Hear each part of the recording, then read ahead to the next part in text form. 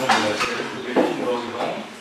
Nous allons nous présenter ses travaux de thèse intitulés Autostructuration par interdiffusion réactive de la phase électrolytique en volume et en couche. Alors, avant de donner la parole à Delphine, je vais présenter rapidement le jury, pour ceux qui ne me connaissent pas.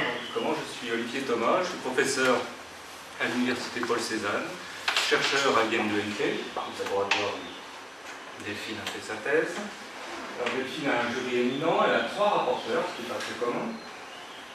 Jean Philibert, célèbre chercheur sur la diffusion, qui est professeur émérite à l'Université Paris-Sud d'Orsay. Deuxième rapporteur qui nous vient de loin, Patrick Desjardins, qui est professeur à l'École Polytechnique de Montréal. Troisième rapporteur, Fikir Riodage, qui est professeur à l'Institut National Polytechnique de Grenoble et chercheur au CIMAP. Et puis, comme examinateur, nous avons Dominique Mongelinck, donc chargé de recherche au CNRS, au laboratoire IM2NP. Et puis, et son cadran, Jérôme Barret, et puis Bernard Villa, qui est directeur de recherche au CNRS à IM2NP. Voilà, donc nous allons commencer, 45 minutes, et puis ensuite place aux questions, au débat et à la discussion.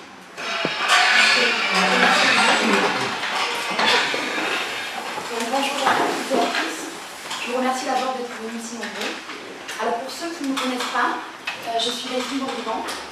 J'ai effectué ma thèse au sein de l'IM2NP, comme l'a dit Olivier Thomas, dans l'équipe microstructure de croissance auto-organisée, sous la direction de Bernard Guillard.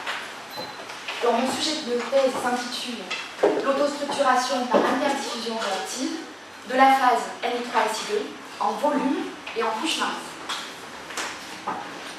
Mon exposé comprendra 4 parties. Je commencerai par introduire le sujet et vous expliquer le contexte et les motivations de mon travail. Puis, je définirai de façon succincte le phénomène d'interdiffusion réactive. Et ensuite, j'aborderai les résultats saillants obtenus pendant ma thèse, à savoir les microstructures en aiguille et en anneau de la phase Ni3Si2 en volume et couche mince. Et enfin, je finirai par une conclusion et quelques perspectives de travail. Alors, au niveau du contexte et des motivations, vous savez tous que les réactions métal sur semi-conducteurs suscitent un vif intérêt depuis de nombreuses années auprès des industriels pour leurs applications multiples, notamment dans l'industrie microélectronique. L'emploi des siliciures est primordial pour obtenir des circuits intégrés à très forte densité de composants et à vitesse de commutation élevée. Alors, le phénomène de diffusion réactive est à la base du procédé Side-Side qui permet d'augmenter le niveau d'intégration des composants en formant sélectivement les siliciures sur les parties actives des transistors. Mais pour que ce procédé soit efficace, il est nécessaire que la planarité d'interface entre le siliciure et le silicium soit parfaitement contrôlée. Alors, l'objectif de mon travail ne s'est pas focalisé sur la planarité d'interface, mais au contraire sur la structuration de 2 types de microstructures, à savoir donc les microstructures en aiguille, ici, observées dans le système nickel-silicium par Van Loo, et par Karim pour les produits de galvanisation, et un autre type de microstructure que nous avons étudié est en anneaux concentriques comme ça, observé par François Dehaene. Et ces anneaux résultent d'une instabilité de disque dont la morphologie a été étudiée par Pierre Joubert. Donc, en association avec l'équipe réactivité et diffusion aux interfaces, l'objectif de mon travail était de comprendre la morphologie de la phase Ni3Si2 formée lors de repli isotherme de couple de diffusion nickel-silicium, de contrôler la zone de réaction afin d'éviter ce type de microstructure pour la microélectronique, et d'étudier les couples massifs et les couches minces. Donc, nous allons voir que ces objectifs ont été atteints. Alors, qu'entend-on par interdiffusion réactive? C'est l'interdiffusion une ou plusieurs espèces chimiques s'accompagnant de la formation de nouvelles phases. Donc, vous savez tous que lorsqu'on place deux matériaux AB l'un contre l'autre et que l'on chauffe ce couple solide, il se crée une force motrice due à un gradient de potentiel chimique, entraînant donc la formation de phases intermédiaires dans la zone d'interdiffusion. Alors, au niveau des échantillons massifs, il est commun d'avoir une formation simultanée des phases. Au début de la réaction, l'épaisseur E du composé est trop faible en fait, pour qu'on puisse contrôler sa croissance par un processus de réaction. Donc nous considérons dans l'analyse des résultats que des croissances contrôlées par la diffusion, où K ici est une constante cinétique proportionnelle au coefficient de diffusion. Donc il est sans rappeler que la situation est complexe, puisque la cinétique de croissance ne dépendra pas uniquement des propriétés de chaque phase, mais aussi des propriétés de toutes les autres phases en présence, dans le couple de diffusion AB. Alors, dans notre système, A égale mi, B égale SI, et le composé intermédiaire dont nous allons étudier les propriétés exotiques est Ni3SI2. En théorie, toutes les phases présentes sur ce diagramme d'équilibre des phases se formeront suivant ce schéma. Mais dans la pratique, il se peut que certaines phases ne soient pas observées lorsque, par exemple, la barrière d'énergie d'activation n'est pas franchie. Et cela, quelle que soit la température étudiée, en l'occurrence, dans nos situations, comprises entre 300 et 800 degrés Celsius. Alors, je vais maintenant aborder les résultats saillants obtenus pendant ma thèse, à savoir les microstructures en aiguille de la phase Ni3SI2 en volume. Alors, afin d'analyser et de comprendre la formation des siliciures de nickel, nous avons élaboré des couples de diffusion à partir de rondelles de nickel et de silicium de 2 mm d'épaisseur et de 1 cm de diamètre. Après avoir nettoyé les couples chimiquement, afin d'obtenir une bonne réactivité des interfaces, les couples sont rapidement chargés dans une presse à diffusion, ici, et nous avons préalablement appliqué une contrainte de l'ordre de 60 bars au couple afin d'obtenir un bon contact entre les matériaux. Donc le recuit s'effectue sous vide dans la presse à diffusion à différentes températures pendant plusieurs temps de recuit. Et le recuit terminé, le couple est enrobé dans de la résine puis abrasé perpendiculairement au plan de contact. Alors les échantillons sont d'abord polis puis traités chimiquement afin de révéler les grains et les interfaces. Donc, vous pouvez voir ici une coupe longitudinale d'un échantillon.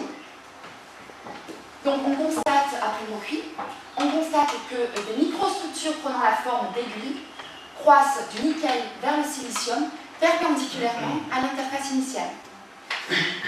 Des analyses préalables de microscopie de composition par microscopie électronique à balayage ainsi que des attaques chimiques nous ont permis de distinguer les différentes phases.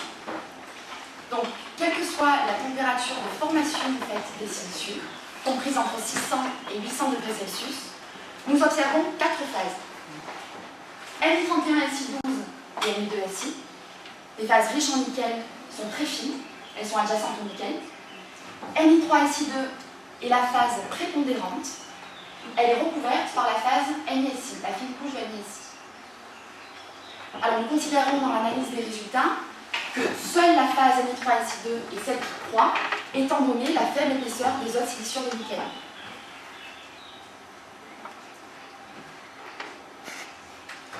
Donc dans une seconde série d'expériences, les couples sont élaborés à partir de rondins de nickel et de silicium de 5 mm d'épaisseur et de 3 mm de diamètre.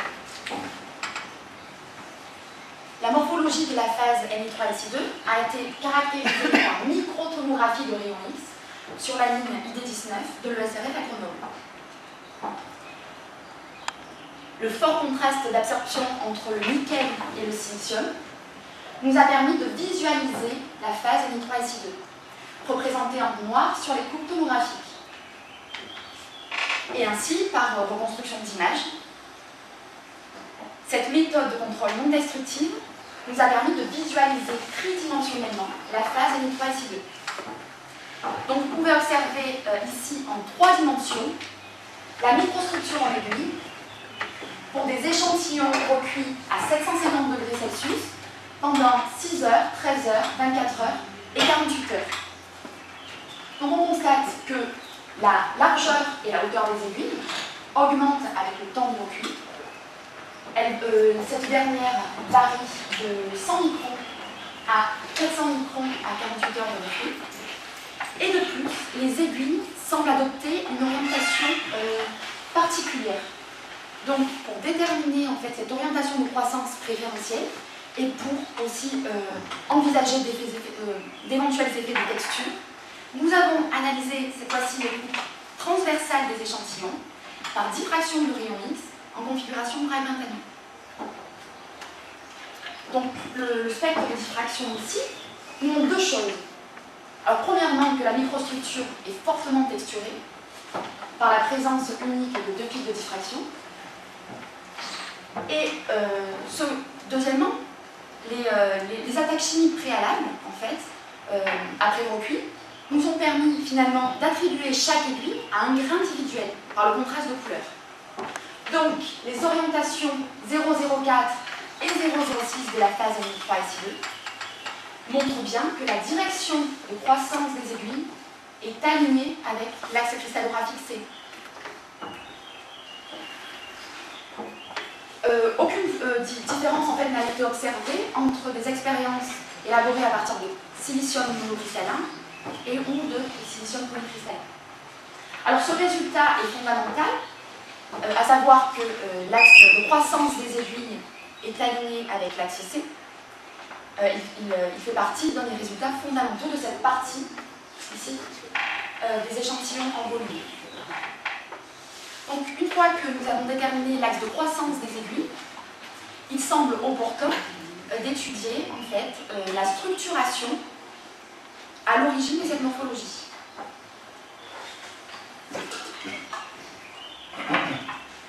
Dans le cas de l'interdiffusion isotherme d'un système binaire, on s'attend à ce que les interfaces relaxent vers des troncs plans. En effet, lorsqu'une petite perturbation d'interface est générée, celle-ci crée une déformation locale des lignes d'isoconcentration, les amenant à se resserrer au niveau des sillons et à s'écarter au niveau des pointes.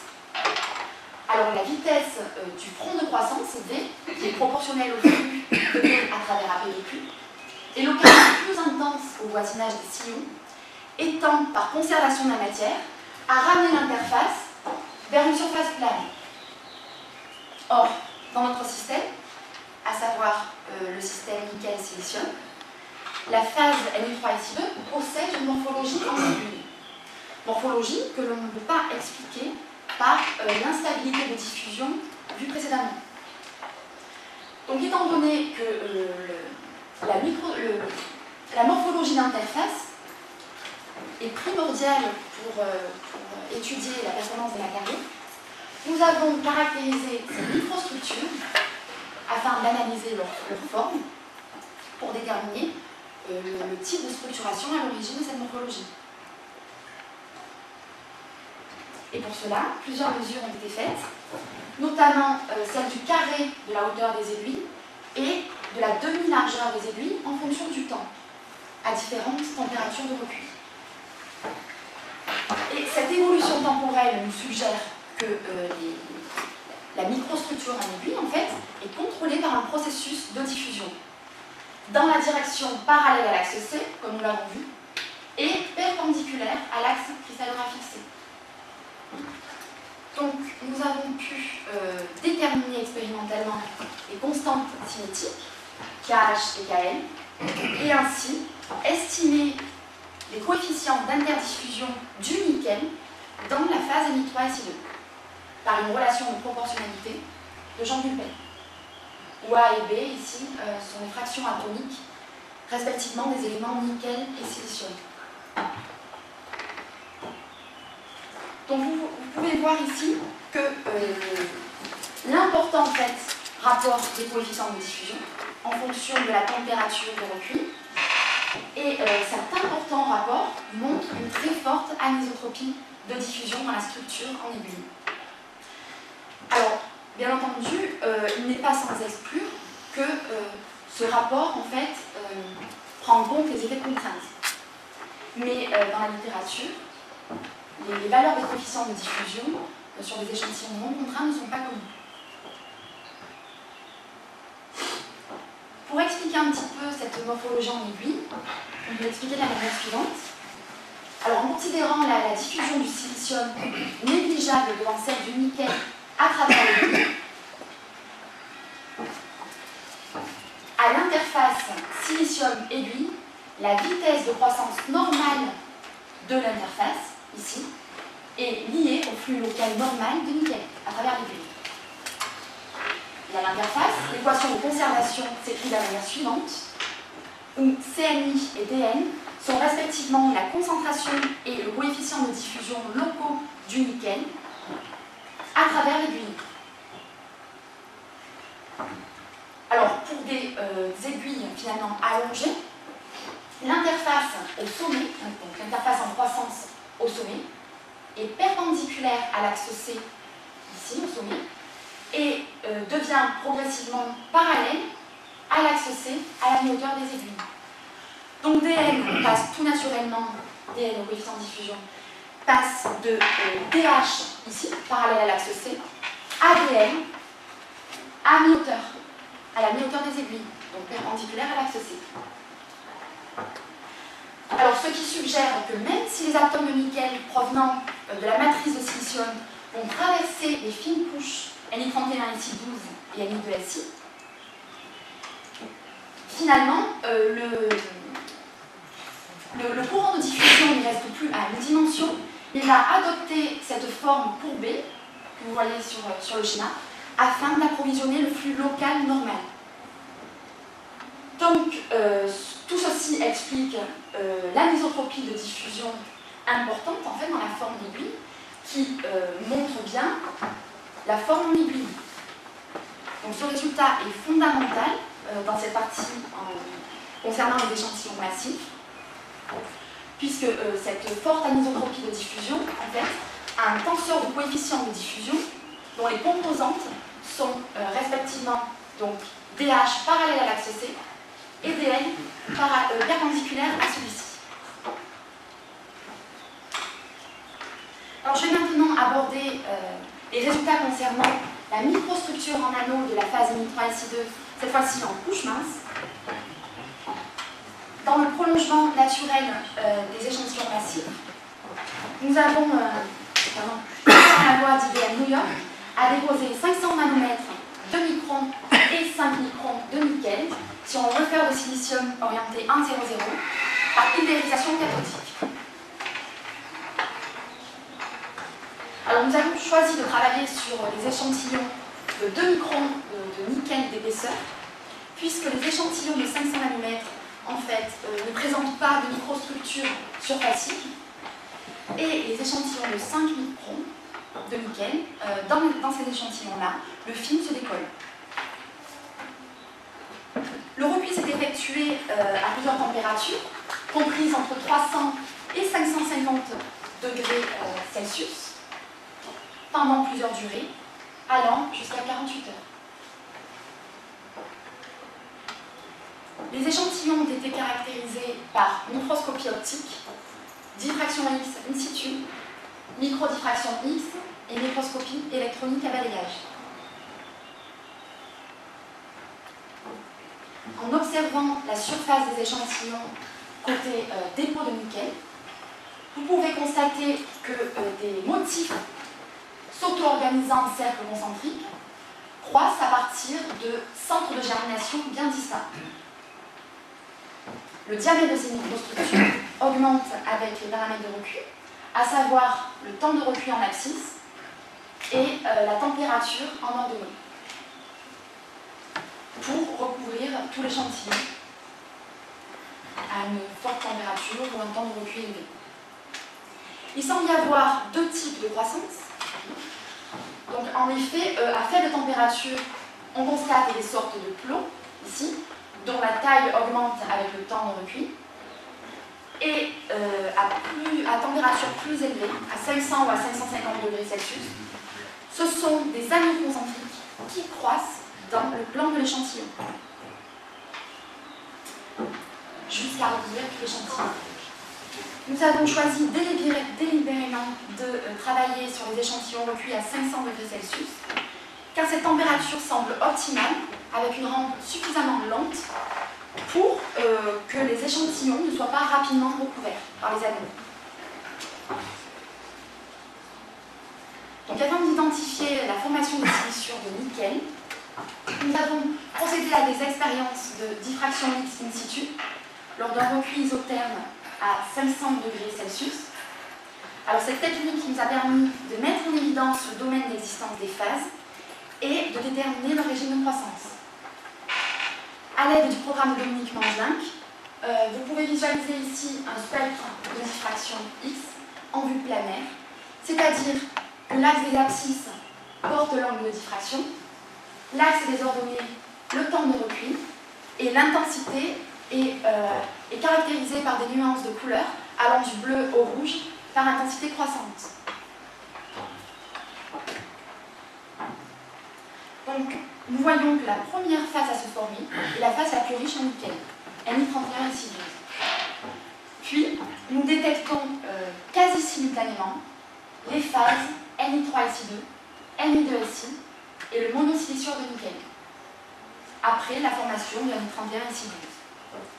Alors, j'insiste bien sur le fait que la détection du signal est proportionnelle à la quantité de matière, ce qui explique qu'une faible quantité de matière peut être source d'indétectabilité. Ce qui est peut-être le cas ici pour l'orientation 1-1-2 de la phase Ni3 et Si2 après 5 heures de recueil. Mais nous voyons qu'après 6 heures de recueil, il semble ne rester que le monosiliciure de nickel.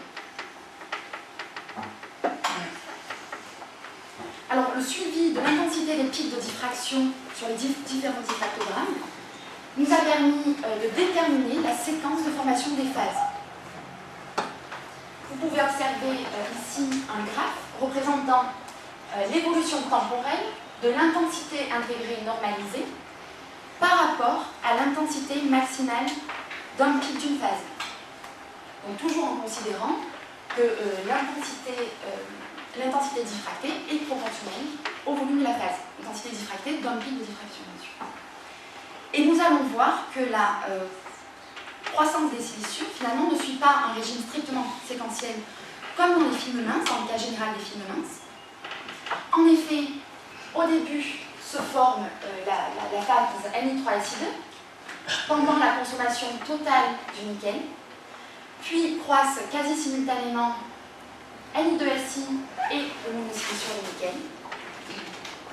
Et ensuite vient une compétition de croissance entre les phases Ni3 et Si2 et Ni et Si à partir du silicium. J'insiste ici puisque ce n'est pas le même phénomène de diffusion, la même espèce qui diffuse. Donc à partir du silicium et de la consommation donc, de Ni2 et Si. Et ensuite, quand ce dernier silicium est totalement consommé, la croissance de Ni et Si se poursuit en consommant Ni3 et Si2.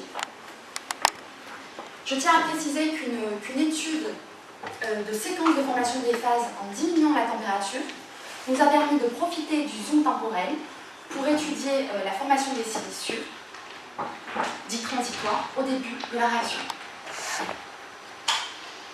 Mais je ne les présenterai pas ici. Donc, pour poursuivre un peu cette identification des phases, nous avons procédé à des expériences de micro-diffraction X en faisceau polychromatique sur la ligne BM32 de la SRF, à l'aide d'Olivier Thomas.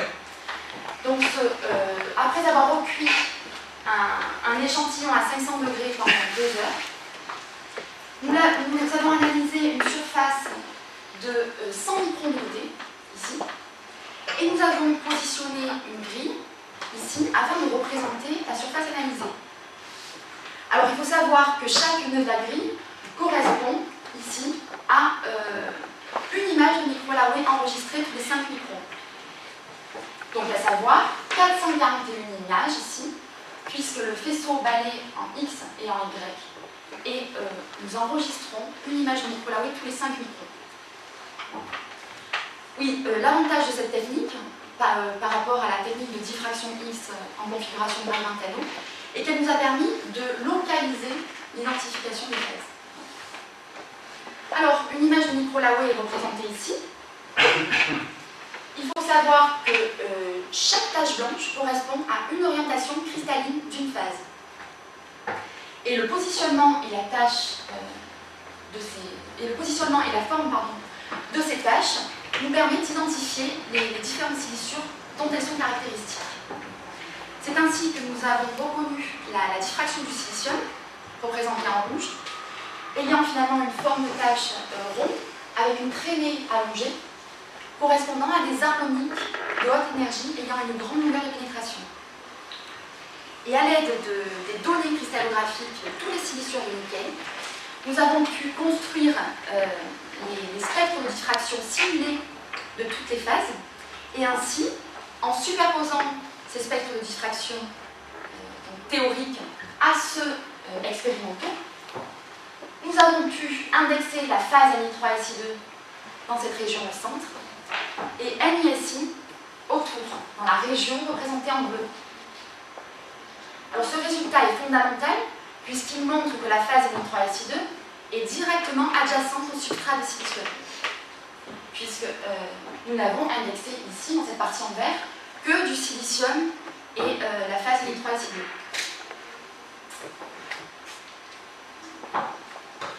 Alors ce type de croissance par plomb est connu de la littérature. En effet, elle a été envisagée par François Deurle, Patrick Gaz, Christian Lavoie, le très regretté Patrick Gaz, Christian Lavoie, Jean Philibert et Chamblon-Zang, qui stipule que cette formation a lieu lorsque la différence d'équilibre entre les deux phases, la phase 1 et la phase 2, est très faiblement négative, c'est-à-dire lorsqu'elle se rapproche de 0. Et cette formation, en fait, cette formation par plomb serait privilégiée par rapport à une formation de phase par couche. Donc après avoir germé sur le silicium, la phase 2 va croître sous forme de plomb en traversant la phase 1, puis vient une croissance latérale aux dépens de la phase 1. Un autre argument facilitant la formation de Ni3SI2 sur le substrat et que la croissance de la phase Ni3 peut se faire par épitaxie, comme proposé par Ramani. En effet, le paramètre B de maille orthorhombique de la phase Ni3SI2 est sensiblement 2 fois supérieur au paramètre de maille A du silicium.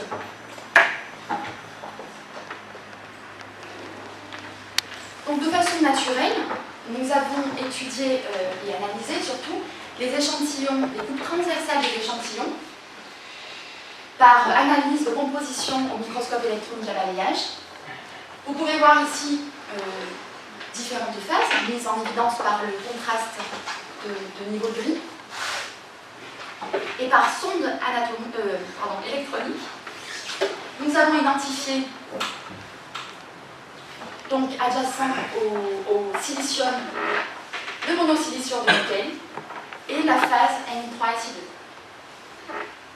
Alors je tiens à préciser que cette technique est limitée puisque nous n'avons pas pu l'effectuer en fait de façon récurrente sur tous les échantillons, étant donné la poire d'interaction de 1 micron de la sonde qui ne va que moyenner la composition.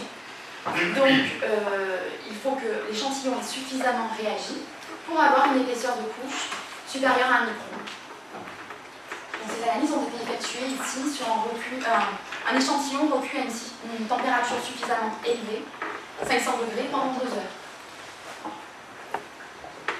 Et à la surface, nous remarquons la présence en fait de modulation d'épaisseur, ici. Donc, tout naturellement, nous nous sommes intéressés à la topographie des échantillons. Par profilométrie mécanique, grâce à l'équipe microcapteur. Alors vous pouvez donc voir ici la surface d'un échantillon recueilli à 550 degrés pendant 35 minutes. Et nous avons analyser cette surface par profilométrie mécanique qui consiste à enregistrer les variations d'épaisseur en fonction de la distance parcourue par une pointe diamantée. Vous pouvez remarquer ici la taille conséquente des dômes de 1,8 micron d'épaisseur, donc le dôme qui se situe ici et qui est constitué de Mi3 SI2, comme nous l'avons vu précédemment dans les expériences de microdiffraction X. Et de plus, les modulations d'épaisseur périodique nous permettent de positionner les anneaux aussi. Donc vous pouvez voir que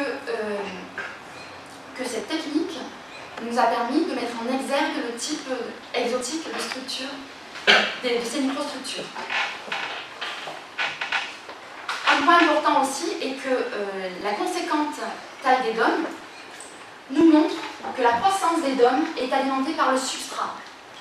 Donc en effet, je me répète, là, étant donné que le dôme ici est constitué uniquement de la phase Mi3 SI2. Donc la phase Mi3 SI2 est adjacente au substrat.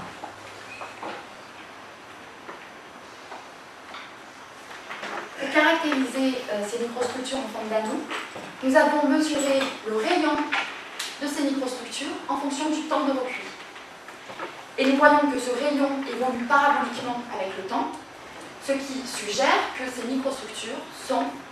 la croissance de ces microstructures est gouvernée par un processus de diffusion à plusieurs températures, 450, 470 et 500 degrés Celsius. Mais cette technique est quand même limitée, étant donné qu'elle ne peut se faire qu'à partir de la formation du premier anneau et prend fin lorsque l'anneau externe issu d'un centre de germination va rencontrer celui issu d'un autre centre. Mais nous avons quand même déterminé les coefficients de diffusion avec une statistique assez importante. Ici, donc, le coefficient de diffusion, à l'aide de la détermination du temps de caractéristique de formation d'un anneau et de la distance interanneau lambda. Le tableau reporte les valeurs des coefficients de diffusion et vous pouvez voir que ces valeurs sont très importantes, supérieures à celles obtenues dans les échantillons massifs, considérant la diffusion du nickel. Donc c'est tout à fait normal, puisque l'espèce diffusante n'est pas la même, dans le cas des échantillons massifs et celui des couches minces. Et puis, le mécanisme de diffusion est différent aussi dans les deux situations. Alors, la diffusion rapide du silicium peut provenir d'un mécanisme lacunaire, par association lacune-silicium-libre, comme envisagé par Egan et Gomri, dans le cas de la croissance du silicium PD2SI dans le système palladium-silicium. Les lacunes, en fait, sont générées à l'interface PD2SI-palladium et annulées à l'interface PD2SI-silicium lors de la croissance du silicium PD2SI. Donc, Egan et Gomri ont montré qu'en l'absence de croissance, la diffusion du silicium se ferait non par un mécanisme lacunaire, mais par une combinaison des deux mécanismes, donc de diffusion au joint de grain, une diffusion rapide, et une diffusion plus lente volumique. Je rappelle que les importants coefficients de diffusion nous suggèrent donc que le mécanisme de diffusion du silicium est lacunaire. Donc, pour récapituler un petit peu ce qui a été dit précédemment, nous avons élaboré un scénario de croissance pour expliquer la formation des siliciures de nickel. Le premier siliciure à se former est le siliciure riche en nickel Ni31SI12. Puis vient ensuite la croissance quasi simultanée du monosiliciure de nickel et de Ni2SI. La croissance, nous avons vu donc que le scénario de croissance par Plot nous suggère que la phase Ni3SI2 se forme avant celle du monosiliciure de nickel et de Ni2SI. Et ensuite vient une compétition de croissance donc, entre Ni3SI2 et NiSi au départ de Ni2SI. Et lorsque ce dernier siliciure est totalement consommé, le monosiliciure de nickel va poursuivre sa croissance à partir de la phase Ni3SI2. Donc, les structures d'auto-organisation de surface pourraient trouver leur origine dans un mécanisme de réaction oscillante de type puits-source, où le puits est la réaction, ici, la formation de Ni3SI2 à partir du silicium et du Ni2Si, et la source est le terme d'alimentation gamma, ici, donc permettant d'alimenter en silicium les anneaux concentriques sur la surface par l'intermédiaire des plots.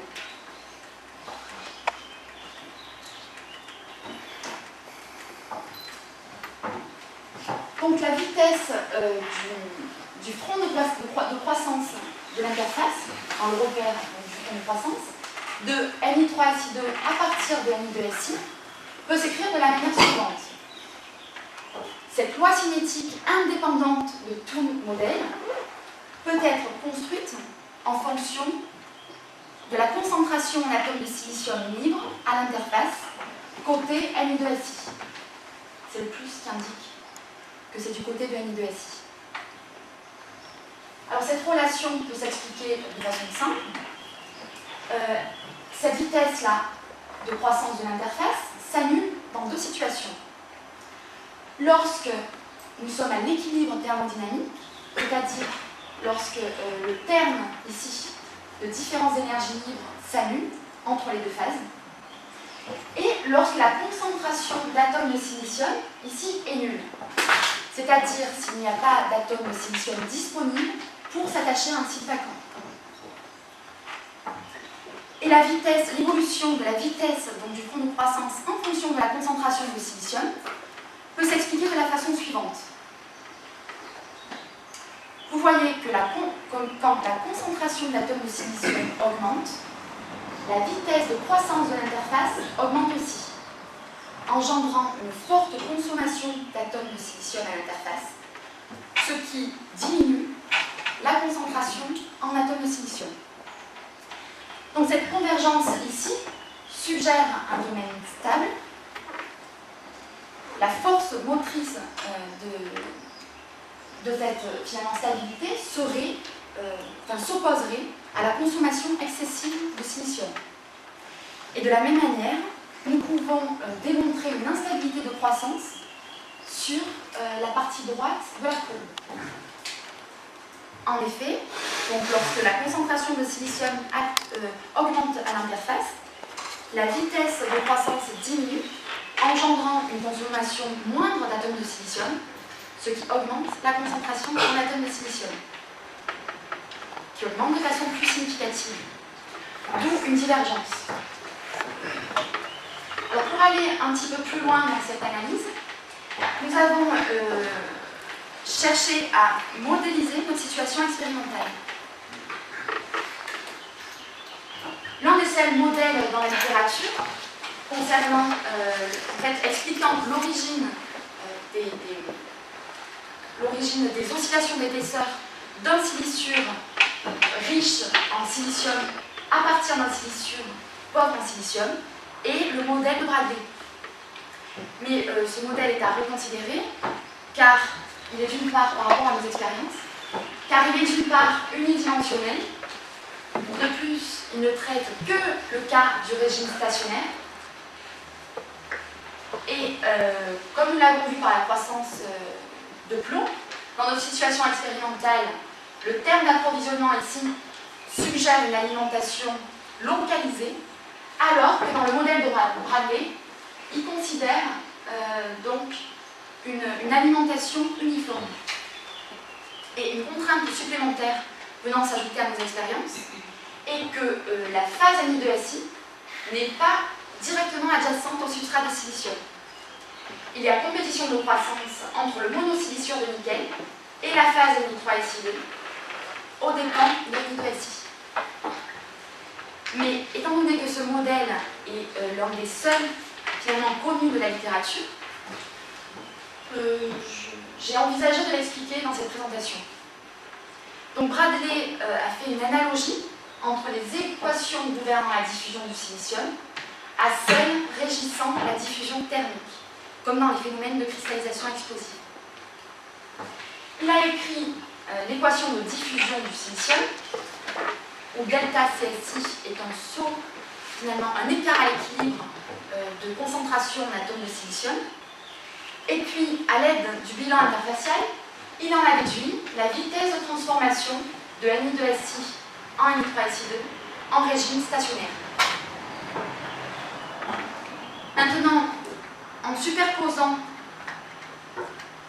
la loi cinétique vue précédemment, donc représentée en très plein ici, et la vitesse de transformation en régime stationnaire, représentée en pointillé, il a ainsi pu déterminer finalement la position de l'interface entre le domaine stable et le domaine instable, et ainsi analyser les points d'intersection entre donc la loi cinétique et la loi de transformation en régime stationnaire. Il existe une zone autour du point B1, là, une zone d'instabilité, où la vitesse et la concentration en atomes de silicium oscillent avec le temps de recul. Alors pour situer un peu notre cas expérimental, nous nous situons donc dans cette partie de la courbe à droite, où la vitesse oscille avec le temps de recul, avec le temps. Et en fait, cette instabilité est due finalement à l'observation de cercles concentriques sur la surface des échantillons, responsables d'une instabilité de disques. Donc, si nous avions observé des disques sur la surface des échantillons, nous nous situerions dans cette zone de stabilité. Donc finalement, Bradley a montré qu'une perturbation de l'état stationnaire entraîne une oscillation périodique de la vitesse d'interface, engendrant ainsi une modulation de concentration. Donc je vais terminer par une conclusion et quelques perspectives de travail. Alors il est nécessaire de comprendre les phénomènes de structuration pour mieux les contrôler dans les applications, notamment en microélectronique et galvanisation. Au niveau des échantillons massifs, la caractérisation de la microstructure en aiguille nous a permis de déterminer l'origine de la morphologie d'interface, qui est une importante anisotropie de diffusion. Au niveau des échantillons minces, la comparaison du mécanisme de réaction oscillante à celui des modèles de cristallisation explosive nous a permis de voir que les oscillations surfaciques proviennent d'une instabilité de croissance en disque.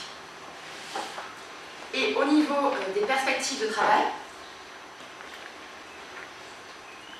donc dans les échantillons massifs, il serait intéressant d'approfondir l'étude cristallographique de la phase Na3SI2 pour quantifier les propriétés de transport de matière et ainsi déterminer précisément les coefficients de diffusion. Il serait aussi intéressant de préciser les effets de texture dans la phase Na3SI2. Au niveau des échantillons massifs, il serait opportun d'approfondir les premières étapes de formation de silicium de nickel par des mesures de diffraction de rayons X et de microscopie électronique. Et puis, comme la vitesse de croissance de l'interface dans les siliciures de nickel est plus faible que celle observée dans les phénomènes de cristallisation explosive, il sera important de visualiser les réactions oscillantes par analyse topographique ou de composition afin de déterminer ces vitesses de croissance d'interface. Et pourquoi pas d'adapter un modèle de type Bradley à nos expériences pour déterminer les paramètres physico-chimiques. Bien, comme vous le savez, un matériau aux atomes finalement parfaitement ordonnés n'existe pas. Donc, comme nous l'avons vu au cours de cette étude, il est au contraire important de prendre en compte ses défauts pour expliquer ses propriétés. C'est pour ça que j'ai décidé de terminer sur une citation du célèbre physicien britannique Charles Franck, qui stipule que les gens sont comme les cristaux, ce sont leurs défauts qui les rendent intéressants.